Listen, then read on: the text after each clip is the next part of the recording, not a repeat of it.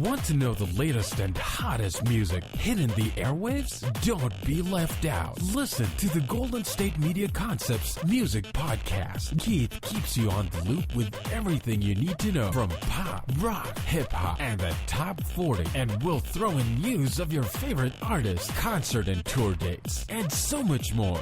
Listen no further, because this is the gold standard in music podcast.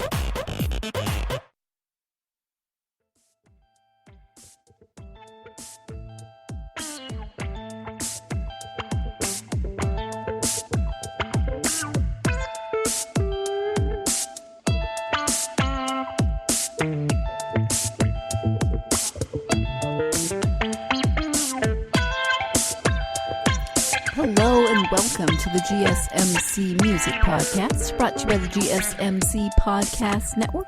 I am your host, Sarah, and we are here on this first day of July. We are halfway through 2019, folks, and that is crazy. It is first day of July, which means it is the week of the 4th of July. It's Thursday this year, and if you have a long weekend, I hope you are looking forward to that, maybe getting out. Be safe, please. Be considerate. Be all those polite and neighborly things that come along with holidays. And I hope you have a wonderful celebration, no matter how you celebrate. Music news. We have several stories to talk about today.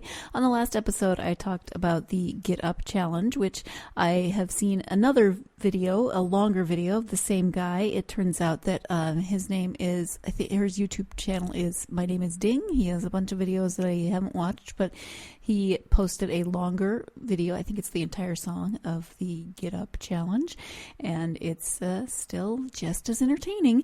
And I was amazed.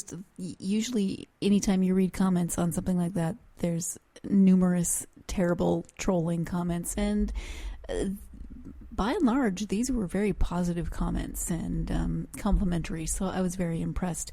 But the song itself is by Blanco Brown, and of course, this comes after Lil Nas X, who recently came out with Old Town Road, which is a kind of a hybrid of country and rap. Lil Nas X and Billie Ray Cyrus. But Blanco Brown, who is behind Get Up, says that, this is not really a new thing. He's been saying for years that country lyrics can be paired with trap sounds. He is a 34-year-old Atlanta native. Jeez. He had his first record deal when he was 7 years old, which is very impressive. He later moved behind the scenes and began producing, and when his music career kind of fell through. His talents eventually landed him in rooms with Pitbull, Fergie, Chris Brown, and other R&B artists. Meanwhile, he pursued his passion for country music on the side, and in 2011, his two worlds collided for the first time. He recalls, I pulled up an old country song and put 808s on it. It became so dope. I was like, this right here is next level. After I got comfortable with the sound in 2012, I started letting my friends hear those records. They were like, man, you onto something. 7 years later, Brown now has his own boundary-pushing hit with the Get Up, a twangy, feel-good track that's initiated a viral dance craze thanks to its instructional lyrics like, take it to the left now and dip with it, gonna throw down, take a sip with it, now lean back, put your hips in it. Yes, that's a terrible rendition of that. I'm just reading it. But fans have shared countless videos with their own take on the dance, which has helped the Get Up shoot to number 2 on the country streaming charts as of June 29th. After just 2 weeks, it also landed Brown his first Billboard Hot 100 hit, which is the song is currently sitting at number 51 in its second week. As the song keeps climbing up the charts, Brown did an interview with Billboard about how the Get Up came to be and how it continues what Old Town Road started. So if you want to read that article, of course, you can go and find that on Billboard, and he talks about the song, which never actually says the Get Up in the lyrics. So where did the title come from? And this is why I keep getting the song title wrong. I keep trying to say the Get Down because in my head I hear down, and So the Get Up is dedicated to my grandmother telling us every morning, get up, go do something productive in the world. It's more so about the messages in my music, bigger than anything to me is chasing your purpose in life. I feel like I've opened up enough eyes and hearts and minds now that what I've always stood for is resonating. I like that a lot, that, it's a shout out to his grandmother and her words. So if you do want to read this article in its entirety, of course, it's on Billboard, and you can hear what he has to say, what Blanco Brown has to say about the Get Up and Old Town Road, this sort of hybrid fusion crossing over of country and rap, and it's kind of fun, and we'll see where this new fusion sort of genre takes us in the future. Speaking of sort of peripherally, Billie Ray Cyrus, Miley Cyrus recently performed at the Glastonbury Festival, and she performed as her Black Mirror persona, Ashley O. So lavender wig, very shiny shirt, and she transformed into her alter ego on the stage. She had a few surprises during her concert at the Glastonbury Festival in the UK, which just ended. It was a 5-day festival. She came out as Ashley O, which was her character from the Black Mirror Season 5 episode, Rachel, Jack, and Ashley 2. She was wearing a bedazzled cap, sparkling thigh highs, and a pinkish purple wig. She performed On a Roll, which is the song that's a little too catchy for comfort, considering the inspiration behind the Ashley O story. If you haven't seen the episode, I'm not going to give anything away. I just watched it over the weekend with my husband. I sometimes will let him get me sucked into Black Mirror with him. Some episodes I like, some episodes just creep me out. This episode was actually pretty fun. I'm not always a huge Miley Cyrus fan, but I thought she did a great job in this episode. It was a good episode for her to be in. It was, it still had that bit of a creep factor that Black Mirror always has, but it was funnier than Black Mirror usually is, so I appreciated that. We were discussing the rise of holographic versions of artists, Prince and Whitney Houston and Amy Winehouse, which is what Black Mirror producer Charlie Booker told EW of the episode. It's notable these people often pass away in extremely tragic circumstances. They've been chewed up by the fame industry, and now they're being resurrected. It's extremely ghoulish. And we were thinking of AI too.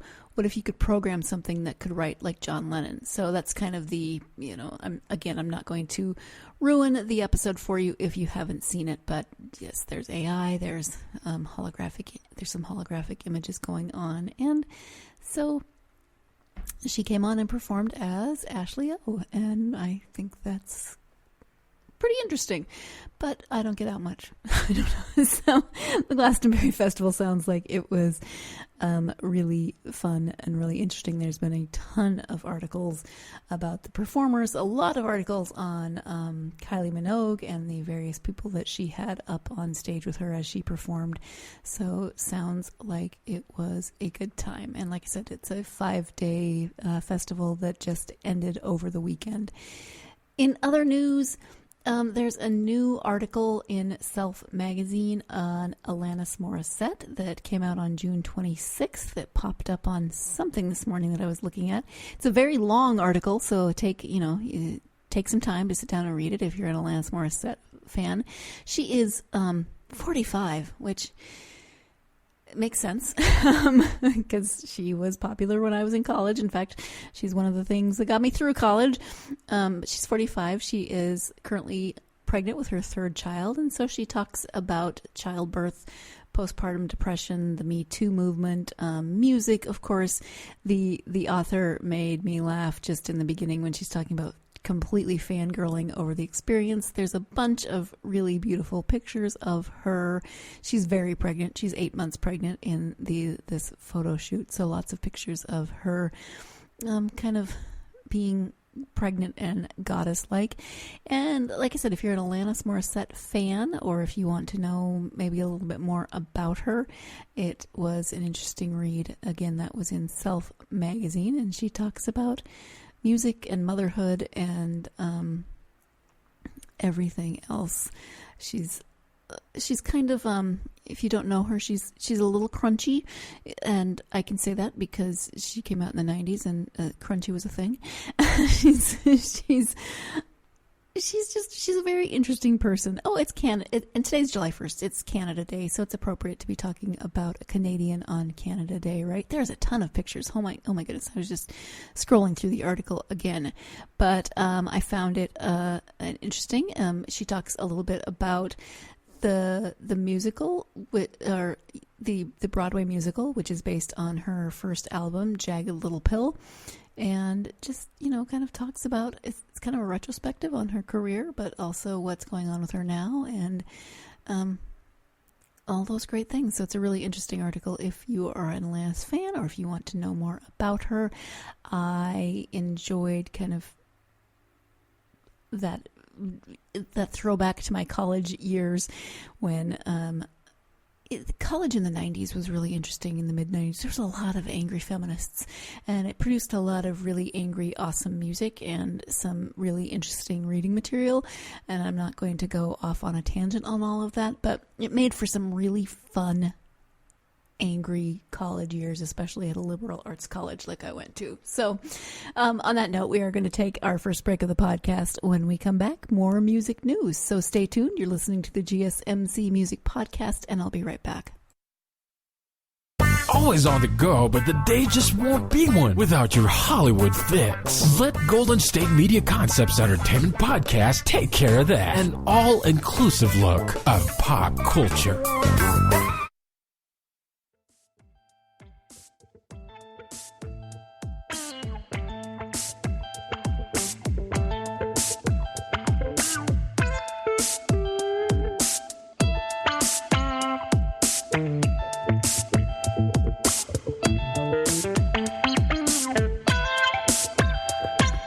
Welcome back to the GSMC Music Podcast. This next story might seem, kind of less newsworthy than some of the stories that we talk about on the podcast. But with the, not resurgence, but with so many live action remakes of Disney movies, from Dumbo to Aladdin to The Lion King, which isn't exactly live action because you can't, you just can't give lions direction. They don't take direction very well, but that is coming out. Spotify has created a list of, it's a list of the top 10 Disney songs played on Spotify, and I'm always fascinated by people who are, I love Disney movies. I've never been to Disneyland or Disney World, so I'm kind of fascinated by the people who are just so obsessed, and I don't mean that in a derogatory term, because there are people that are just obsessed with all things Disney. And while I enjoy Disney music, I don't, it's not something that I would just listen to on a totally regular basis. And again, I'm not trying to make this be anything derogatory, but I was interested to see what the top 10 songs, Disney songs were. I mean, if you think back to several years ago when Frozen, the first Frozen movie came out, oh my gosh, my nieces were belting out Let It Go for, so many months. It was stuck in everybody's head. And with also from that soundtrack, Love is an Open Door also, so there's lots of songs that are catchy, but here are the top most streamed Disney songs. Number 1 is Let It Go, Frozen, 298 million. How Far I'll Go from Moana with 205 million. You're Welcome. Aw, The Rock. Also from Moana, 181 million. Life is a Highway, Cars, 153 million. Beauty and the Beast, from the 2017 Beauty and the Beast version, or movie, 148 million. You'll Be in My Heart, Tarzan, 132 million. A Whole New World, Aladdin, 121 million. Try Everything, Zootopia, 119 million. Love is an Open Door from Frozen, 113 million. Under the Sea, The Little Mermaid, 109 million. You can see the full rankings on Spotify. I'm actually Not surprised and a little surprised. I was surprised that the song from Tarzan actually was so high on the list. It wasn't one of the necessarily more popular Disney movies, but, apparently it's a very popular song. And just interesting to see which movies are represented. What's your favorite Disney song? I have to say, as far as, singing goes, the Frozen soundtrack and the Moana soundtrack are fun, but lots of great songs. I love the old classics too. I love Sleeping Beauty Sleeping Beauty, when she sings I Know You, I've Walked With You Once Upon a Dream, and I used to sing that as a lullaby to one of my nieces, and she went to sleep, so I couldn't have been too horrifying in my singing. This is not Disney, because Shrek is not Disney, but Shrek is going to be a musical, and some of the stars have been announced. So Ben Mingay, will star as Shrek. Lucy Durack is Princess Fiona, and Marsha Hines is going to be Sydney the dragon.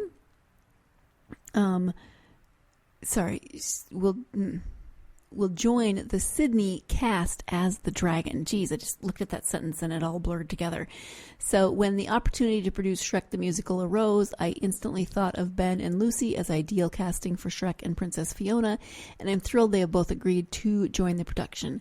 When I saw Marsha Hines command the stage in Saturday Night Fever, I knew she would play our dragon, said John Frost. We'll be auditioning for the rest of the cast next month, and I can't wait to find Donkey, Lord Farquaad, Gingy, Pinocchio, and all the wonderful characters in this hilarious musical content. Frost went after Shrek the Musical for Australia after seeing the New York production. I fell in love with the show when I saw it on Broadway and was bowled over by the way audiences responded to the social issues it covers. Themes like friendship, discrimination, acceptance, inclusiveness, and don't judge a book by its cover. I know Australia is going to fall in love with Shrek the Musical as much as I did. So, hey, if you're in Australia and you want to see Shrek the Musical, you should definitely check that out. I feel like I'm always talking about Australia on this podcast. I wonder if the music podcast is telling me to go to Australia. I hear you, music podcast. I would love to go to Australia. In terms of other musicals, there is a Neil Diamond musical heading to Broadway. I mentioned in the first segment the Broadway musical based on Alanis Morissette's first album, Jagged Little Pill. There have been a lot of these kinds of musicals that have been on and off Broadway. This particular biographical show will be written by Bohemian Rhapsody scribe Anthony McCartan and directed by Tony winner Michael Meyer. It is about the life and career of Neil Diamond and will debut on Broadway. It is currently untitled, but will center around a score comprising of course, some of Diamond's biggest hits. Oscar-nominated writer Anthony McCartan will write the book, while Tony winner Michael Meyer will direct the show.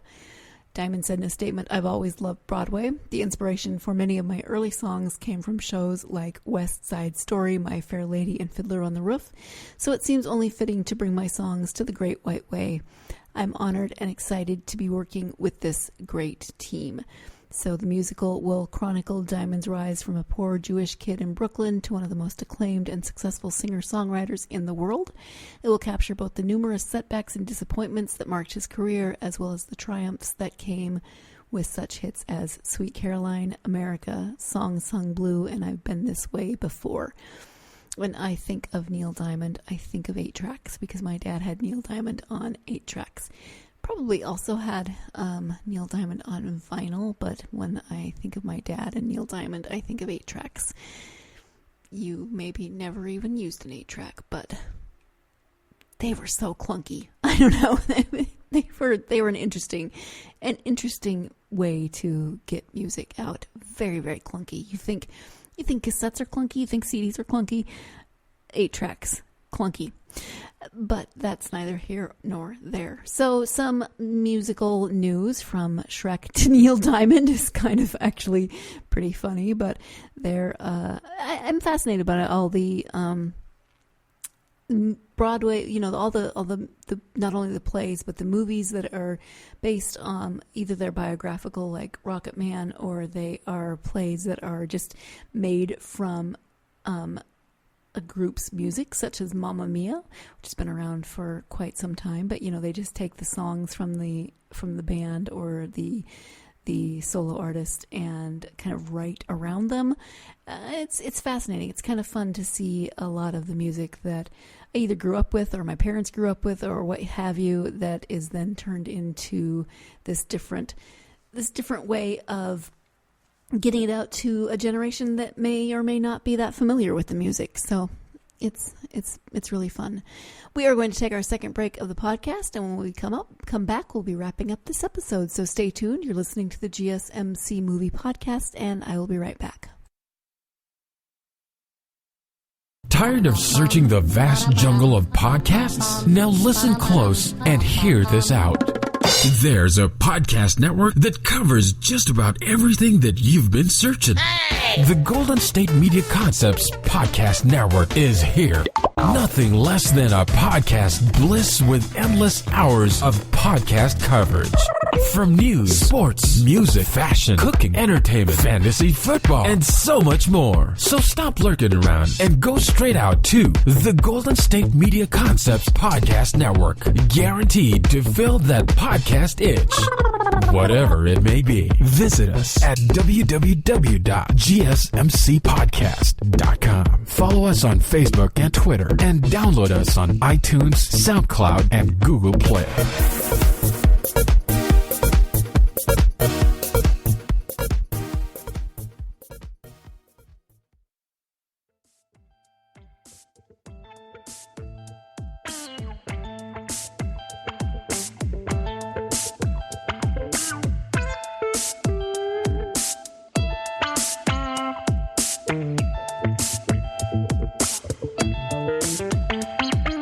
Welcome back to the GSMC Music Podcast. We've been talking about, a lot of different music news.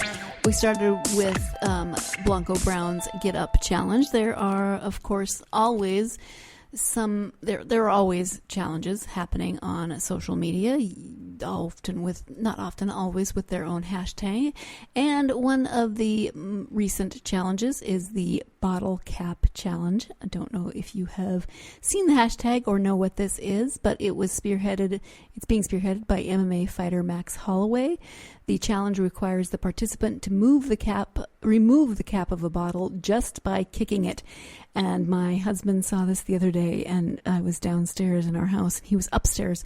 I think I was as far away as I could get from him, and he was hollering at me to come up and watch this video because he's a big MMA fan. And so peripherally, I know a lot of the fighters, and it is amazing. He then challenged John Mayer to take part next, and the musician executed the feat flawlessly. I'm curious, do Max Holloway and John Mayer know each other? Are they friends? Why? How? Did he just choose a name out of a hat? But so then Diplo, who admitted that no one requested me to do this, also decided to try his hand at the challenge, kicking off a water bottle cap with a view of the ocean in the back. He then jokingly requested Prince Harry and Meghan Markle, Kevin Durant, and Barack Obama to try the trend next. Oh, that's funny. So then the question is, which musician might take on the challenge next? Shawn Mendes apparently commented on Mayer's post with enthusiasm, so maybe he will be the next one. You can see you can just type in hashtag bottle cap challenge and see who has done it so far. Definitely check out Max Holloway's version first because it's amazing. Then, as I said, my husband showed it to me, and then he was giving me crap how if I could get my leg up that high, I'd probably miss and kick him in the head because, I'm a klutz, one, and my depth perception sucks too. So I will not be kicking the cap off of a bottle anytime soon. But if you want to try it, let me know how it goes. Okay, I'd be interested to hear. And then segueing into our final story of the podcast, if you aren't familiar with Billie Holiday. She is an iconic jazz singer, an amazing voice, an amazing talent.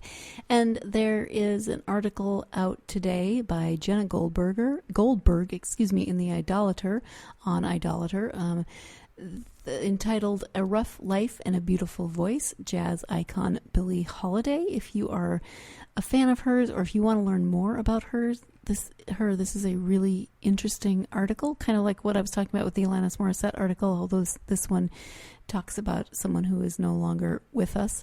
She has a pretty amazing story. She came from a very hard life, and just there's some horrible, some not great things happened to her when she was growing up, but music, it turns out, and her voice especially, pretty much saved her. It changed her life.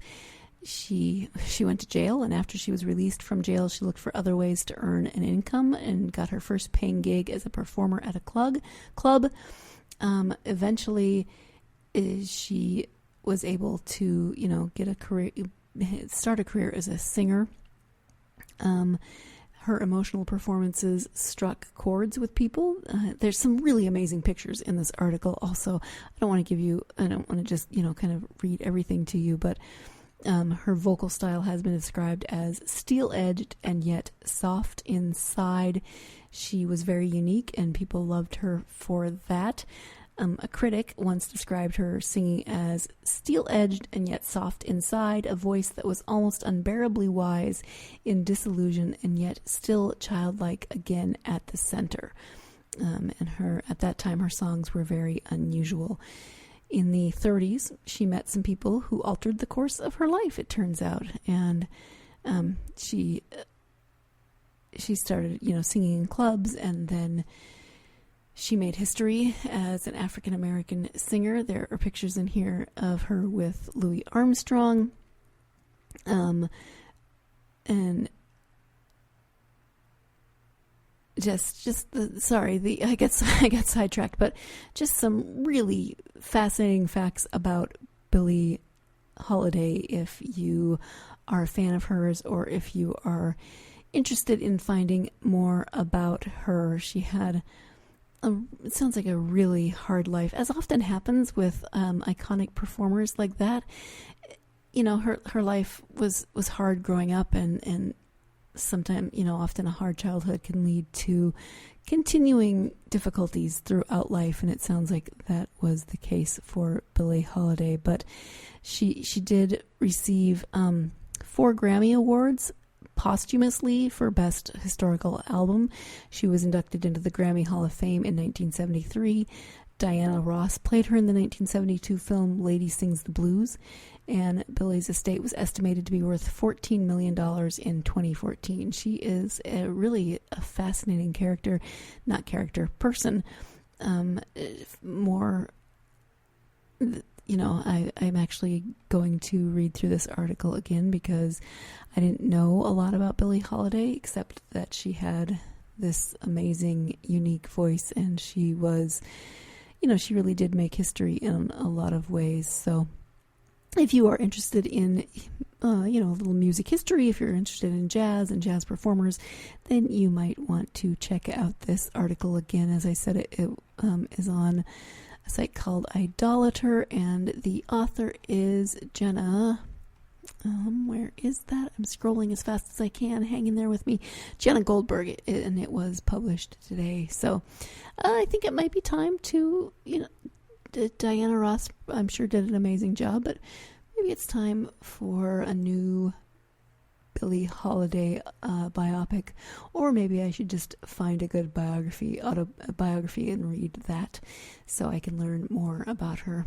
Now that I've dipped my toe in and learned more than I previously knew by this article.